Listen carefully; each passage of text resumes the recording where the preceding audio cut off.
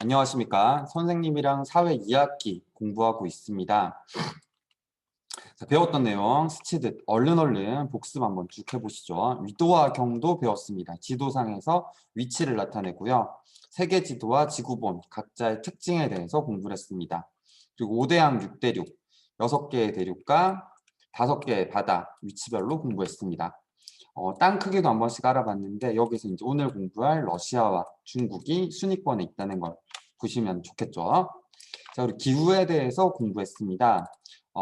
그래서 위도에 따라서 낮은 위도, 적도 부근부터 열대, 건조, 온대, 냉대, 한대, 그리고 높은 지역, 고산 기후까지 따로 공부를 했습니다.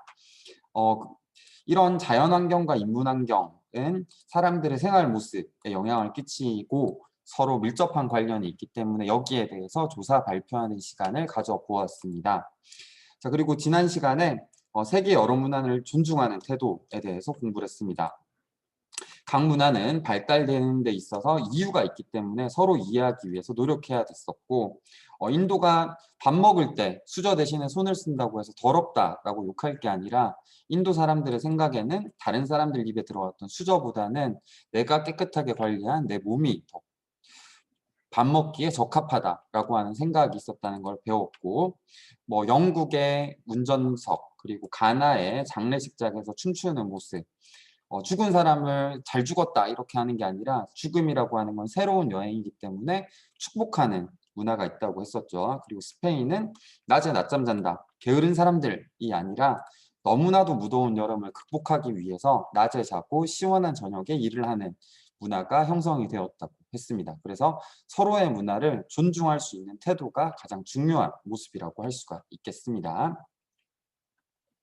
자, 오늘 공부할 내용 여러분들 교과서 58쪽 되시겠습니다.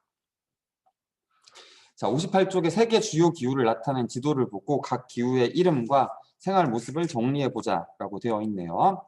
자, 이제 지도에서 색칠된 부분이랑 색깔만 보더라도 대충은 구분이 되시죠? 여기 적도가 지나가는 곳부터 한번 확인을 해보면 되겠네요. 적도가 지나가는 곳 열대 기후였습니다. 생활 모습은 바나나 같은 열대 작물을 재배해서 또는 이제 화전 농업 방식을 이용해서 살아간다 공부했었죠. 자, 그리고 두 번째 여기 열대 기후보다 조금 떨어져 있는 지도에서도 노란색, 누런색으로 표시되는 부분이죠. 자, 여기는 건조 기후였습니다. 사막 같은 모습이 나타났고, 그리고 초원에서 이제 유목 생활을 하는 모습이 나타난다. 이렇게 공부를 했었습니다. 자, 그리고 세 번째, 우리나라에 색칠된 요 베이지색 보시죠. 네, 사계절이 뚜렷한 특징이 있는 온대기후였었죠. 사계절이 뚜렷하고 지역에 따라서 쌀, 밀 같은 농사를 지어서 산다. 였었죠. 자, 그리고 우리나라보다 조금 더 북쪽으로 가면 이제 러시아, 캐나다 이렇게 해당되는 지역이었었죠. 네. 냉대기후였습니다. 한대기후랑 헷갈리시면 안 돼요. 냉장고, 혹한의 추위 이 두 가지로 구분을 해달라고 했습니다. 사계절이 있지만은 겨울이 좀 더 길고 이제 눈이 우리나라 온대기후보다는 더 오기 때문에 지붕을 뾰족하게 한다. 그리고 나무가 소나무 같은 이제 통나무가 많이 자라서 나무로 집을 짓는다. 이런 얘기들 공부했었습니다. 이 집 이름이 이즈바였었죠. 선생님 예전 학교에서 러시아에서 다니다 온 친구가 있다고 그랬었는데 그 친구들 얘기 들어보니까 딸기가 여름 과일이라고 그러더라고요. 우리나라는 딸기를 보통 겨울 돼서 먹죠. 여기는 그 정도 날씨가 여름 정도라고 하더라고요. 그래서 조금 서로 이제 깜짝 놀랐던 기억이 있습니다. 딸기가 어떻게 여름 과일이냐, 겨울 과일이냐 이러면서 말싸움을 하다가 생각을 해보니까 서로 생활했던 곳이 다르니까 문화적 차이가 있겠다 싶더라고요. 네, 마지막으로 극지방에서 보여주는 한대기후입니다. 한대기후는 사계절이 없고 그냥 겨울 혹독한 추위가 있고 이걸 견디기 위해서 두꺼운 동물의 가죽을 입고 극야라거나 백야 현상이 벌어진다. 백야가 되면은 해가 지지 않고 극야가 되면 해가 뜨지 않는 날들이 이어진다. 이런 얘기도 했었죠. 자, 세계 여러 나라 생활 모습을 대하는 바람직한 태도를 한 줄 광고 문구로 나타내 보자고 합니다. 여러분들의 생각 한 줄로 예쁘게 정리해 주시면 되시겠네요. 서로 다르지만 우리는 모두 지구촌 한 식구. 뭐 이 정도 얘기면 좋지 않을까 싶습니다. 자, 오늘 공부할 내용 59쪽부터 해야 될 내용이 조금 많은 63쪽까지 내용입니다. 한번 살펴보시죠. 이웃나라의 자연환경과 인문환경을 알아봅니다. 자, 우리나라 주변에 있는 다른 나라들을 알아볼 텐데 이제 세계 여러 나라들 중에서 근처에 있는 나라들은 우리가 더 잘 알아야겠죠. 그래서 이웃 나라들에 대해서 조금 더 상세하게 공부해보는 시간을 가져볼 겁니다. 일본은 우리나라 동쪽에 있습니다. 중국은 우리나라 서쪽에 있습니다. 러시아는 우리나라 북쪽에 있습니다. 자, 동서남북과 북한을, 그러니까 동해랑 서해, 북한을 안다면은 각 나라가 어디에 있는지는 아시겠죠? 자, 러시아, 중국, 일본에 대해서 조금 더 자세히 살펴볼 건데요. 북한도 있잖아요 라고 얘기하는 친구가 있을 텐데 북한은 우리나라 헌법에서 정식 나라로 인정을 하지 않습니다. 우리나라 영토는 한반도 전체이고 북한은 그 우리나라 헌법상에서는 그 북쪽을 불법으로 점거하고 있는 단체이기 때문에 정식 국가가 아니기 때문에 공부를 하지 않고요. 그리고 대만 같은 경우에는 중국이랑 이제 양안 관계라고 하는 복잡한 관계에 있기 때문에 따로 공부를 하지 않습니다. 그래서 우리는 러시아, 중국, 일본 이 세 나라에 대해서 살펴볼 예정입니다. 자, 우리나라는 중국, 일본, 러시아와 국경을 마주하고 있다. 각종 지도, 그 다음에 지구본, 사진, 영상 자료를 통해서 자연환경과 인문환경을 알아보자 되어 있네요. 자, 사회과 부도 있는 친구들은 사회과 부도를 보시고요. 없는 친구는 지금 화면 같이 보시면서 살펴보도록 합시다. 자, 우리나라가 여기에 있습니다. 지금 우리나라 위치를 모르는 친구는 없죠? 네. 우리나라를 중심으로 동해 쪽에 일본이 있게 되고요. 일본은 섬나라라고 하는 특징이 있겠네요. 대한민국의 서쪽, 서해에 있는, 황해에 있는 쪽으로 가면은 중국이 나옵니다. 중국은 매우 큰 땅을 포함을 하고 있죠. 지도에서 보면은 중국이라고 적혀 있는 이 대부분이 그 갈색으로 표시가 되어 있죠. 이 말은 즉슨 대부분 지역이, 그러니까 많은 지역이 사막이라거나 산지, 뭐 이런 지형들이 섞여 있는 겁니다. 자, 그렇다고 평야가 없냐? 중국의 동쪽, 그러니까 우리나라랑 서해를 마주보고 있는 이쪽은 전부 다 녹색인 것을 알 수가 있습니다. 자, 그러다 보니까 산이 많은 중국의 서쪽보다는 중국의 동쪽, 평야가 많은 이 바닷가 지방에 사람들이 많이 모여 살고 있습니다. 자, 러시아 같은 경우에는 많이 공부했지만은 지구에서 가장 큰 땅을 차지하고 있는 나라입니다. 자, 수도인 모스크바는 유럽에 해당이 되고요. 그래서 이제 유럽 국가로 러시아를 분류를 하기도 하고요. 자, 러시아의 많은 땅들은 아시아의 북쪽을 차지를 하고 있습니다. 자, 모스크바와 러시아 글자 사이에 보시면은 여기 특이한 선으로 표시된 선이 보이고 우랄 산맥이라고 되어 있습니다. 이 산맥이 바로 유럽과 아시아를 나누는 경계선이라고 할 수 있겠습니다. 이 선을 기준으로 서쪽으로 가면은 유럽, 동쪽으로 가면은 아시아 땅 이렇게 이제 살펴보게 되는 거죠. 자, 그러면은 조금 더 자세한 자료를 확인해 보시면서 각각 나라는 어떤 특징이 있는지 살펴봅시다. 구글 지도를 이용해서 한번 살펴봐도 좋을 것 같고요. 이거 이제 오늘 수업 끝나고 나서 여러분들이 궁금한 점이 있다면은 한 번 더 검색해 보면 좋을 것 같아요. 자, 러시아 모스크바를 검색해 보면은 여러분들 테트리스라는 게임을 즐긴 친구들은 알겠지만은 테트리스라는 게임에 나오는 성이 여기 등장을 합니다. 정확하게는 성은 아니고 성당이고요. 바실리 성당이라고 하는 독특한 건축 양식으로 유명한 성당입니다. 자, 여름철 모습인데요. 지금 여름철 보면은 러시아 같은 경우에는 우리나라 가을 느낌이 나죠. 네. 러시아는 아무래도 북쪽에 있다 보니까 우리나라보다는 조금 더 선선한 기후를 보이게 되고요. 중국 같은 경우에는 땅덩어리가 넓고 다양한 기후를 보여주다 보니까 우리나라랑 비슷한 곳, 러시아랑 비슷한 곳, 그리고 우리나라보다 더 더운 곳도 있습니다. 자, 여기가 우리나라보다 더 더운 걸 어떻게 알 수 있을까요? 네. 처마가 보면 높게 들려 있죠. 이 얘기는 햇살이 너무 쨍 들어오기 때문에 처마를 조금 더 올려가지고 나무를 쉽게 말리는 구조라고 예전 영상에서 보여드린 적이 있습니다.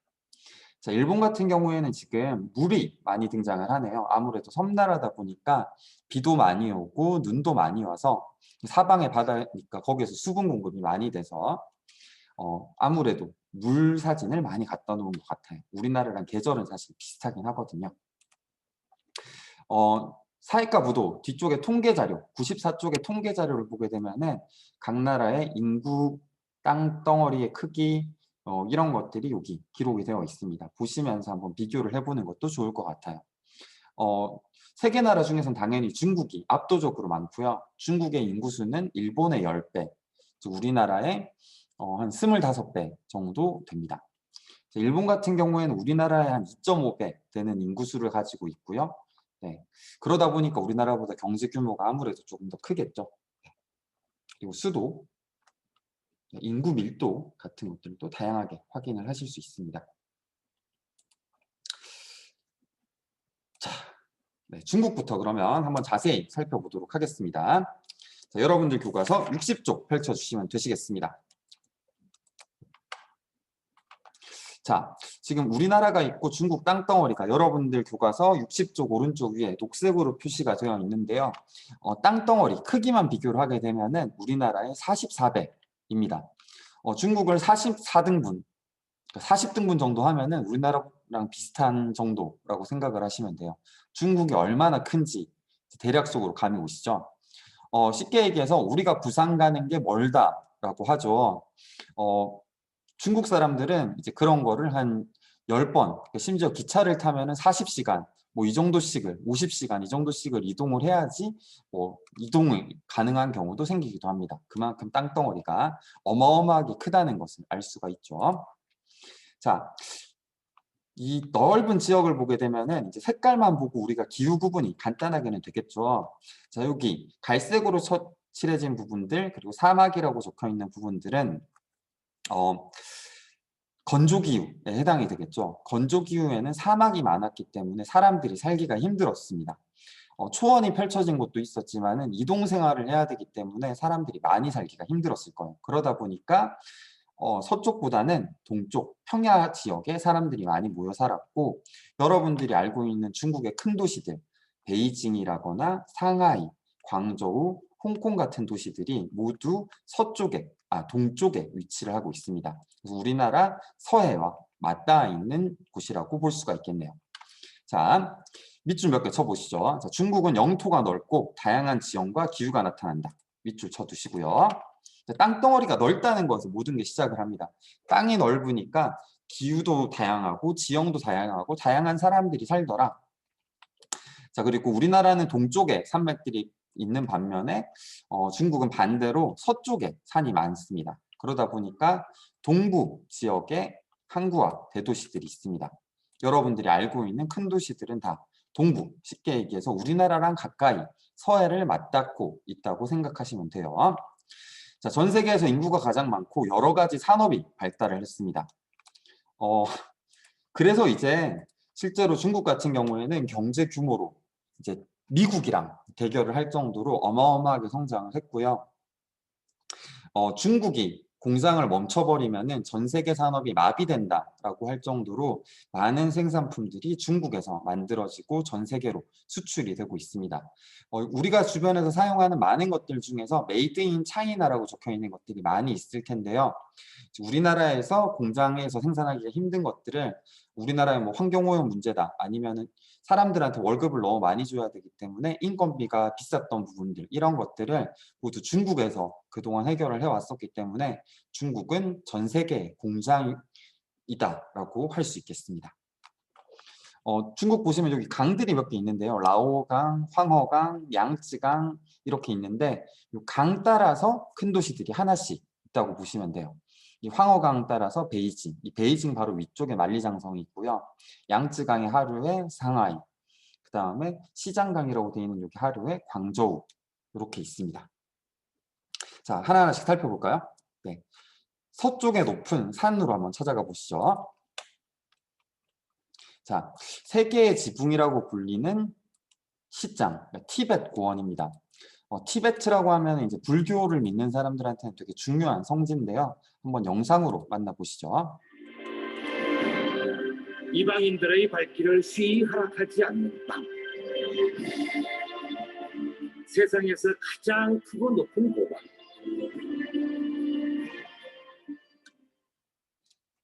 자, 이렇게 흩뿌려져 있는 눈들이 얼마나 이곳이 높은 곳인지를 실감을 하게 하는 느낌이 드네요. 쿤륜 산맥, 요런 이제 고원들도 있고요. 그리고 사막들도 있습니다. 요 사막에서는 이제 사람들이 그 초원을 찾아서 이제 유목 생활을 하기도 했었고요. 요 위로는 이제 몽골 사람들도 있겠죠. 자, 다음으로 이제 고비 사막, 사막들도 한번 찾아가 보도록 합시다. 자, 아시아에서 가장 큰 사막인 고비 사막입니다.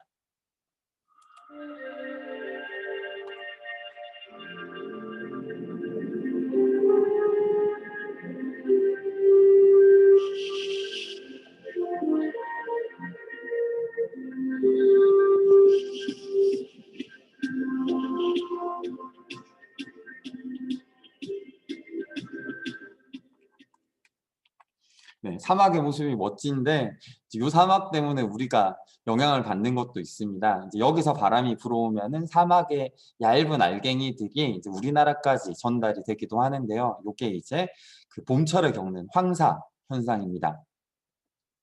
황사 때문에 이제 마스크도 쓰고 뭐 미세먼지다 그래서 괴로운 친구들도 많이 있을 텐데 사실 이 황사는 우리나라한테 좋은 점도 되게 많았어요. 이제 아무래도 땅이 오래되다 보면은 영양분이 많이 떨어지고 막 이렇게 되기 마련인데 황사가 한번 불면서 멀리 있는 흙들이 우리나라를 한번 쓱 덮어줌으로써 이제 식물이 잘 자라날 수 있는 영양분을 공급을 하기도 했다고 합니다. 되게 자연의 신비 같은 느낌이 들죠. 상하이 한번 찾아가 보시죠. 지금까지 너무 대자연의 뭐 이게 진짜 발전된 나라 맞아? 라고 생각할 수도 있겠지만은 상하이를 가보시면 생각이 달라지실 겁니다. 자, 여기는 이제 상하이, 이제 동방명주라고 해서 가장 높은 타워도 보이는데요. 영상으로 한번 만나보시죠. 원래 장강 하구이 어촌이었던 상하이는 20세기 들어 급속히 발전했고 홍콩과 더불어 중국에서 가장 빨리 개방된 도시입니다. 지금은 인구 자, 여기 인구 보이시나요? 네. 한 개의 도시 인구가 2,400만 명입니다. 우리나라 절반에 해당하는 인구가 한 도시에 살고 있는 겁니다. 어마어마한 인구수를 자랑한다라고 할 수 있겠죠. 자, 지금 영상으로 보면 보이시겠지만은 중국 우리나라보다 못 살지 않아라고 무시하기에는 어마어마한 높이의 건물들이 보이죠.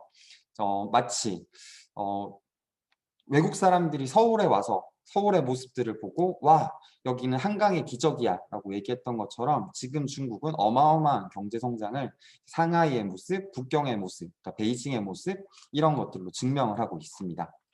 이어서 보시죠. 2,400만 명이 살아가는 중국 최대의 도시로 부상했습니다. 상하이는 유럽식 건물이 즐비한 와이탄을 비롯해 근대 역사를 품은 명소들이 많아 외국인 관광객들이 몰려드는 관광도시로 변모했습니다.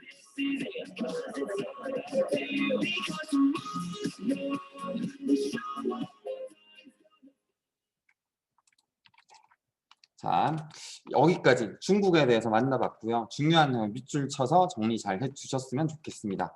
자, 다음은 일본으로 한번 넘어가 보도록 하겠습니다. 자, 일본 같은 경우에는 여러분들이 그 지도에서 먼저 한번 만나보시죠.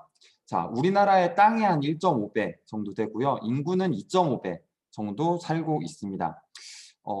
북한까지 포함을 하게 되면은 인구수는 한 2배 조금 안 되는 한 1.7배 이 정도라고 생각을 하시면 되고요. 우리나라랑 위도가 조금 더 북쪽으로 있고 조금 더 남쪽으로 있기 때문에 대체적인 기후는 비슷합니다. 대신 차이점은 우리나라 같은 경우에는 반도, 섬은 아니고 대륙이랑 연결돼 있는데 반해서 일본은 섬나라이기 때문에 섬으로서 가지는 특징이 있게 됩니다. 섬이니까 아무래도 비가 많이 오겠죠. 그리고 우리나라보다 뭐 물고기를 조금 더 많이 먹겠죠. 이제 이런 특징들이 자연환경에서 나타나게 됩니다.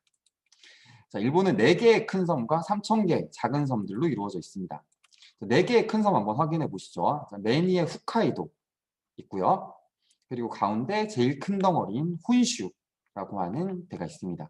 이 혼슈가 여러분들이 알고 있는 뭐 일본의 유명한 도시들, 뭐 도쿄다, 교토다, 오사카다, 뭐 이런 나라들이 전부 다 이 혼슈에 해당된다고 생각을 하시면 됩니다. 자, 혼슈 아래쪽에는 이제 시코쿠랑 큐슈 이 2개의 섬이 있습니다. 그래서 하나, 둘, 셋, 넷, 4개의 큰 섬이 되어 있고요. 그리고 우리나라의 제주도에 해당하는 일본의 오키나와가 남쪽으로 이렇게 있게 되고요. 넓게 펼쳐진 4개의 섬, 그리고 수천 개의 작은 섬들로 이루어진 나라입니다. 국토 대부분이 산지입니다. 우리나라처럼 산이 많고요. 이 이유는 화산과 지진 활동이 활발해서입니다. 여기에 꼭 밑줄 쳐두시고요. 자, 일본은 화산이 있는 나라입니다. 화산 활동으로 나라가 땅이 탄생을 했다고 해도 과언이 아닐 정도로 화산이 있고 많습니다. 심지어 활동을 하는 화산들도 많이 있고요. 그렇기 때문에 땅 안에서 마그마가 계속 끓어오르고 부풀어 오르고 하기 때문에 관광 산업으로는 온천이 많이 발전을 했고요. 얘네들이 활동을 할 때마다 지진이 생깁니다. 지진이 생긴다는 얘기는 뭐 1년에 100번씩도 생긴대요. 그래서 한 일주일 정도 관광을 가 있으면 한두 번 정도는 관광객도 겪게 되는 일이라고 합니다. 선생님도 일본에 갔다가 지진을 2번 겪었었는데요.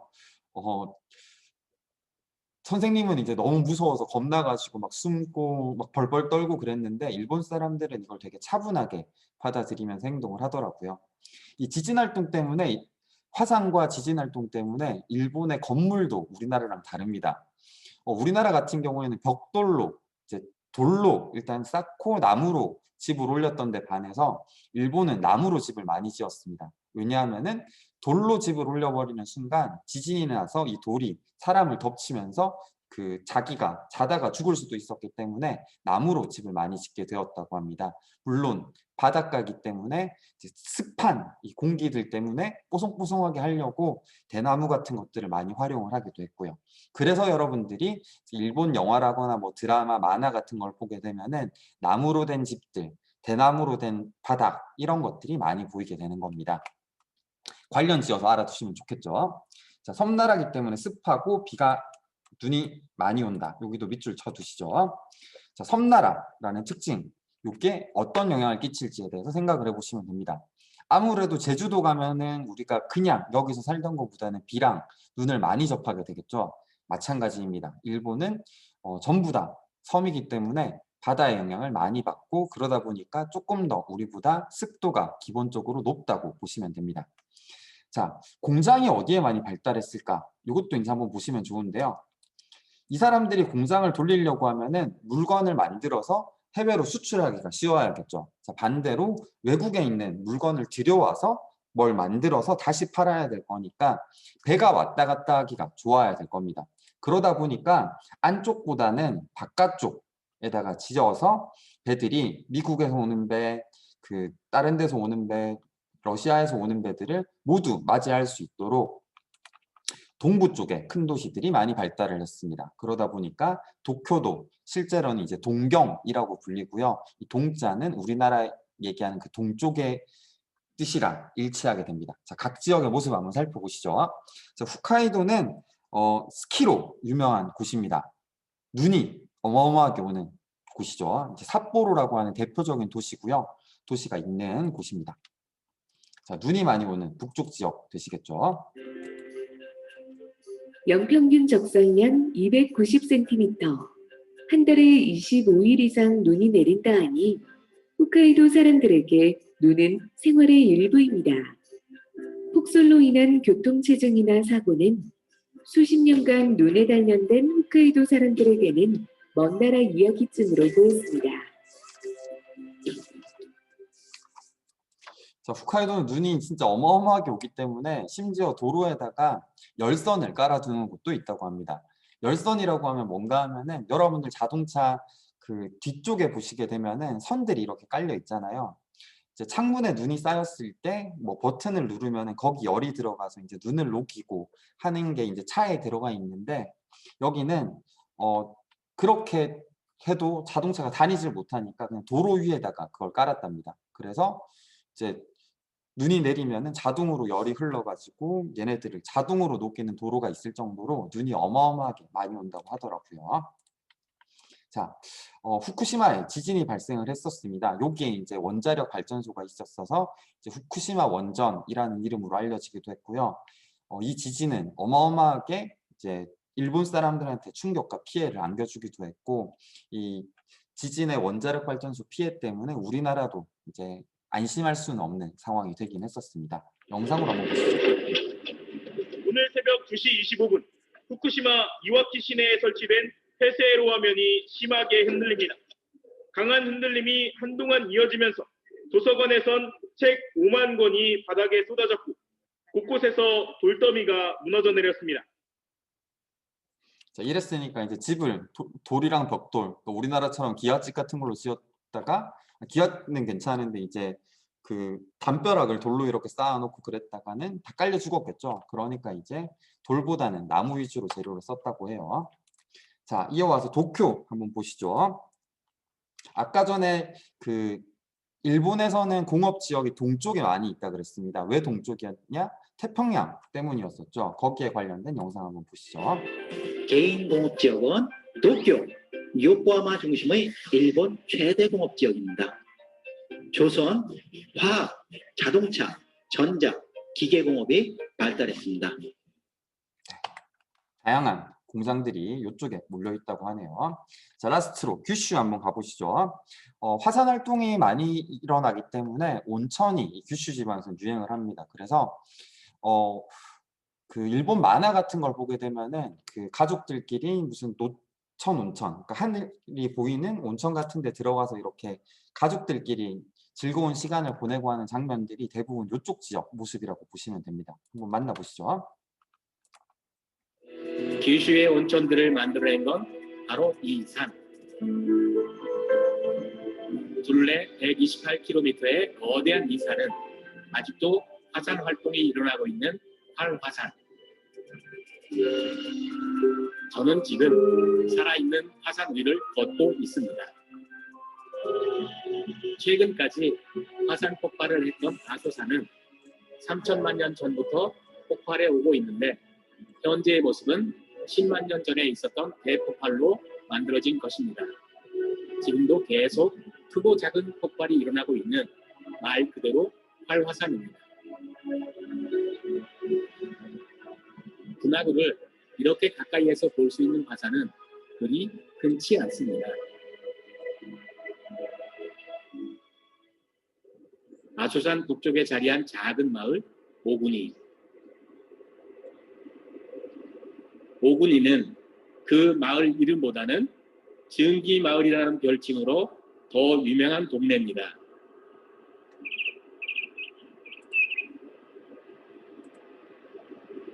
마을 전체에 솟아나는 온천수의 연기 때문에 붙여진 이름입니다. 지금 가세에 지금 온천물이 쏟아나고 있어요. 한눈에 보아도 펄펄 끓는 진짜 온천수입니다.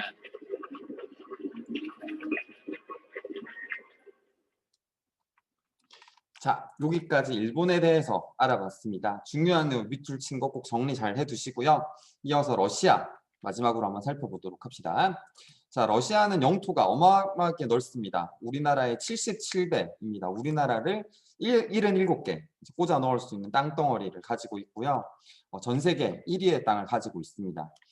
하지만 북쪽에 있기 때문에 중국처럼 다양한 기후가 나타나지는 않고요. 대부분 냉대 혹은 한대 기후라고 보시면 됩니다. 자, 밑줄 한번 쳐주시죠. 세계에서 영토가 가장 넓은 나라. 자, 그리고 냉대 기후. 아까 얘기했죠. 냉대 기후이기 때문에 우리는 겨울철에 먹는 딸기, 감자를 여기는 이제 봄, 여름, 가을에 즐겨 먹습니다. 딸기, 여름철 과일. 이게 참 선생님한테 신선한 충격이었거든요. 자, 동부는 주로 고원과 산악지대입니다. 자, 지금 지도에서 보시게 되면은 동쪽은 이제 갈색이 많이 보이죠. 반면에 서부는 평원이 넓게 자리합니다. 서부는 평지가 다 돼 있네요. 자, 동부는 고원, 서부는 평원. 요거를 밑줄 한번 쳐주시면 좋겠네요. 자, 그렇기 때문에 사람들은 어디에 많이 살까요? 네, 당연히 서쪽에 많이 삽니다. 그러다 보니까 모스크바 주변에 사는 사람들이 그 동쪽에 사는 사람보다는 조금 더 많기 때문에 그 러시아 사람들은 스스로를 유럽 사람이다라고 생각하는 경향이 조금 더 이제 크겠죠. 자, 대부분의 인구가 서남 지역에 서남부 지역, 이제 모스크바, 요 볼가강 있는 이쪽에 집중이 되어 있고요.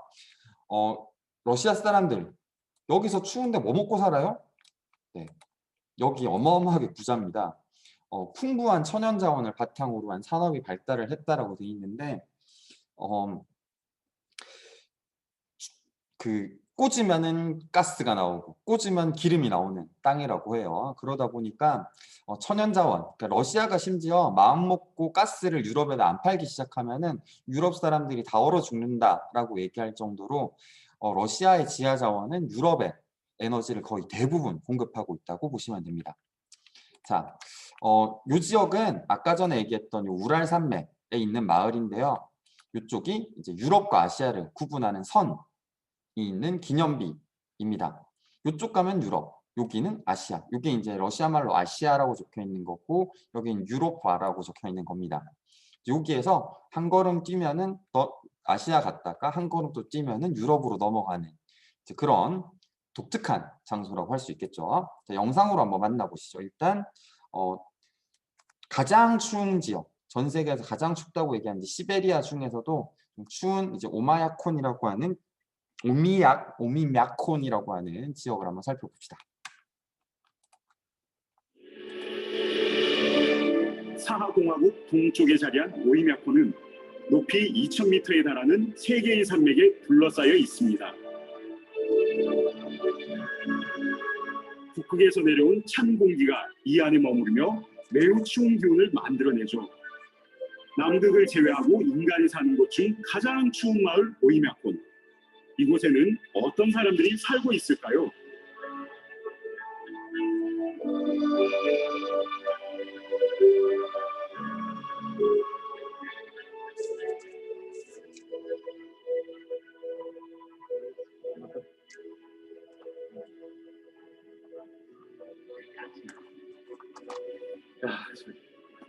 드디어 우리 지구상에서 가장 춥다는 이 오이мя콘 동네에 도착했는데요.